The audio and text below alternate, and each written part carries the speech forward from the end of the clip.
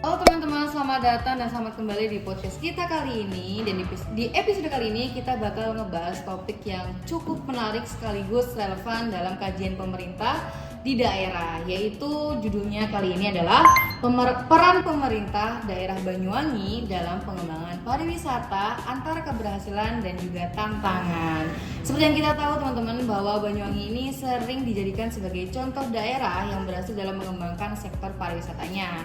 Bahkan kalau teman-teman tahu, melalui berbagai event seperti Banyuwangi Festival, di daerah itu mampu menarik wisatawan domestik maupun mancanegara. Jadi banyak banget pariwisata atau banyak wisatawan yang ingin dan tertarik untuk menonton Festival Banyuwangi. Tapi pertanyaannya nih teman-teman, apakah keberhasilan ini benar-benar mencerminkan keberhasilan kebijakan secara menyeluruh, atau semua masyarakat udah dapat nih merasakan manfaatnya, atau justru masih ada kesenjangan yang mungkin belum terlihat di permukaan. Nah, untuk membahas hal tersebut, hari ini kita udah bersama narasumber yang hebat-hebat dari berbagai perspektif yang kita akan diskusi juga. Ada perwakilan dari pemerintah daerah, pelaku UMKM, masyarakat lokal, dan juga akademisi. Selamat siang Pak Bimo, apa kabar nih Pak Bimo? Waduh, kabar baik dengan Ibu Aswa. Bagaimana dengan Ibu Aswa sendiri? Saya juga alhamdulillah kabar baik. Nah, mungkin dari Pak Bimo sendiri, saya mulai dari perwakilan pemerintah daerah ya Bapak sebagai pemerintah daerah sendiri, bisa dijelasin nggak Pak secara lebih rinci nih sebenarnya gimana sih peran pemerintah daerah dalam mengembangkan sektor pariwisata, tepatnya pariwisata di Kota Banyuwangi ini? Gini ya, kalau kita berbicara tentang peran pemerintah daerah sebenarnya cukup luas. Kami tidak hanya berperan sebagai pembuat kebijakan, tapi juga sebagai penggerak utama dalam ekosistem pariwisata. Pertama dari sisi perencanaan, pemerintah daerah juga menyusun strategi jangka pendek dan jangka panjang terkait pengembangan destinasi wisata. Ini termasuk pemetaan potensi daerah, terus baik wisata alam, budaya maupun buatan. Lalu untuk yang kedua, dari sisi implementasi, kami juga menyelenggarakan berbagai program seperti event pariwisata, lalu peningkatan kualitas destinasi, lalu pembangunan infrastruktur pendukung seperti jalan, transportasi, dan fasilitas umum. Lalu untuk yang ketiga, kami juga berperan sebagai fasilitator, yang dimana kita membuka ruang bagi masyarakat dan pelaku usaha untuk terlibat, misalnya melalui pengembangan desa wisata dan pemberdayaan UMKM lokal. Selain itu juga, kami juga mulai mengarah ke digitalisasi, baik dalam promosi wisata maupun dalam pelayanan informasi kepada wisatawan. Nah, berarti peran pemerintah ini tidak hanya administratif saja ya Bapak ya, tapi juga termasuk dalam peran yang strategis, betul Bapak? Betul, bahkan bisa dibilang pemerintah daerah ini menjadi aktor utama ya dalam orkestrasi berbagai pihak agar pengembangan pariwisata ini berjalan secara terintegrasi. Namun tentu saja kami juga menyadari bahwa keberhasilan kebijakan tidak hanya diukur dari jumlah wisatawan, tetapi juga dari sejauh mana kebijakan tersebut berdampak pada kesejahteraan masyarakat. Wow, menarik banget ya teman-teman. Jadi ada pergeseran dari sekedar ramai wisatawan saja ke bermanfaat bagi masyarakat. Jadi nggak cuma ramai aja, tapi masyarakat pun di Kota Banyuwangi mendapat manfaat dari keramaian tadi. Gitu. Jadi UMKM mereka juga pasti bakal meningkat.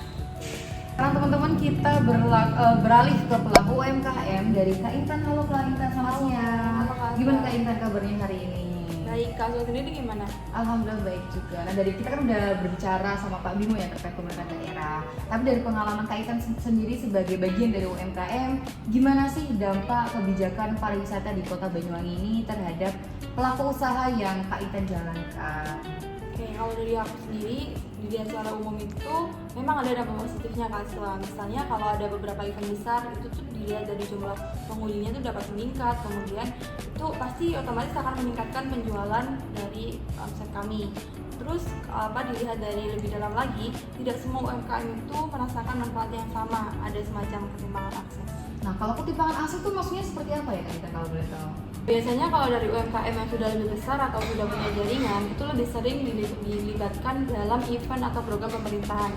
Sementara UMKM kecil yang baru merilis itu biasanya tuh bakal kesulitan untuk masuk. Selain itu, kami juga merasa bahwa pembinaan yang diberikan oleh pemerintah juga masih belum konsisten. Contohnya ketika ada pelatihan, tapi setelah itu tidak ada pendampingan lanjutannya. Berarti itu bukan hanya soal peluang ya Kak Intan ya, tapi juga soal berkelanjutannya UMKM di Kota Banyuwangi sendiri. Ya betul Kak Aswa, kami butuh sistem yang lebih berkelanjutan, bukan hanya event sampai IPS saja. Oke, sekarang kita dengarkan dari perspektif masyarakat. Kalau kita tadi udah bicara soal pemerintah daerah dan juga UMKM, ini ada special guest dari mahasiswa, salah satu mahasiswa Universitas Negeri Surabaya yang asalnya dari Banyuwangi. Halo Kak Kamal. Halo Kak. Nah, kabarnya gimana nih Kak? Baik Kak, kalau Kakak sendiri gimana Aku Kak? juga baik. Perkuliahan lancar ya Kak ya? Lancar kok Walaupun Kak, jauh ya semoga doakan saja ya Kak ke depannya Oke, Kak. oke. Saya minta doanya saja. Oke, sekarang kita beralih ke Kak Kamal nih. Menurut Kak Kamal bagaimana sih Kakak Kamal yang melihat perubahan yang terjadi akibat pengembangan pariwisata ini? Kan Kak Kamal kan dari Banyuwangi ya, pasti udah tahu nih dan udah besar di Banyuwangi juga. Gimana dulunya kayak gimana, sekarang kayak gimana gitu. Perspektif Kak Kamal sendiri. Kalau dari perspektif aku sendiri sih, kalau dari sisi umum ya, memang ada perubahan yang cukup jelas.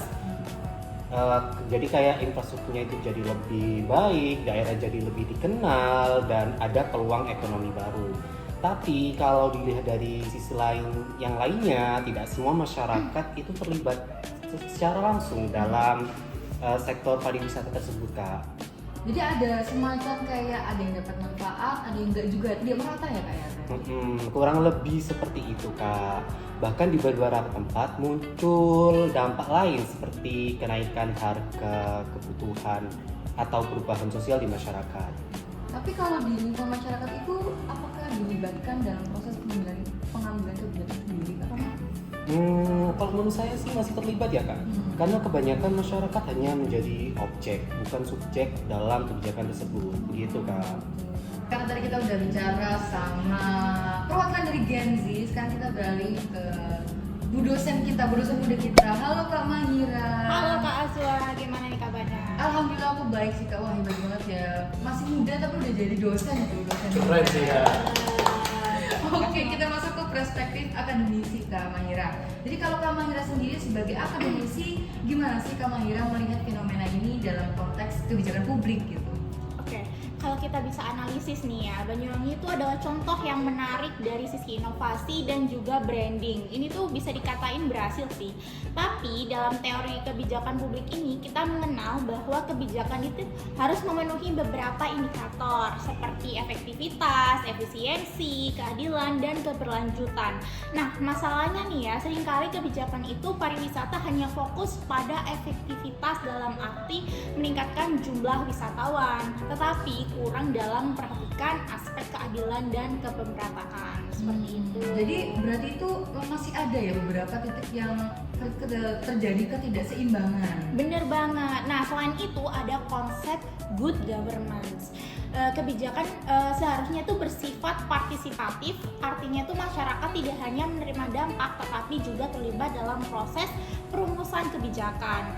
Jika itu tidak terjadi, maka kebijakan berpotensi tidak inklusif. Seperti itu Kak Azwa. Wow, berarti ya kita juga harus turut andil dan juga turut berpatokan kepada good governance juga ya. Bener banget. Oke, Bapak Bimo, gimana nih tanggapan pemerintah daerah sendiri untuk menyikapi hal terhadap seperti ini kayak gimana nih? Tentunya kami sangat terbuka ya terhadap kritik dan masukan. Memang benar bahwa masih ada tantangan dalam pemerataan manfaat. Bahkan kami saat ini juga sedang berupaya untuk memperluas keterlibatan masyarakat, misalnya melalui pengembangan desa yang berbasis komunitas. Lalu kami juga meningkatkan transparansi informasi agar masyarakat bisa lebih mudah mengakses peluang yang ada. Kalau dari beberapa respon dari masyarakat, apakah evaluasi itu dilakukan secara rutin, Bapak?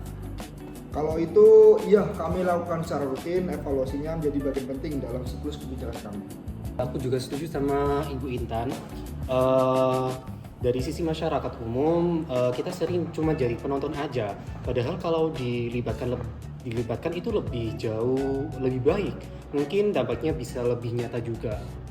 Nah, yang kalian sampaikan itu sebenarnya menunjukkan bahwa ada gap antara kebijakan dan juga implementasi. Dalam teori kebijakan publik, ini tuh seringkali terjadi ketika distribusi manfaat tidak merata.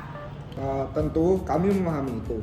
Tetapi sebenarnya pemerintah sudah mencoba untuk membuka peluang, misalnya melalui program desa wisata dan pelatihan UMKM. Nah, yang disampaikan itu benar, programnya emang ada, tapi informasinya itu tidak sampai ke pelaku usaha. Jadi yang aktif aja yang ikut dalam event tersebut. Betul, masalahnya di komunikasi. Banyak masyarakat yang tidak tahu harus mulai dari mana untuk ikut terlibat dalam hal tersebut, Bapak. Ini menarik karena berarti bukan hanya soal kebijakan, tapi juga soal governance. Bagaimana kebijakan itu dikomunikasikan dan dijalankan. Tentu kami akui itu masih jadi tantangan ke depannya. Kami ingin memperbaiki sistem informasi dan memperluas jangkauan program yang telah kami buat.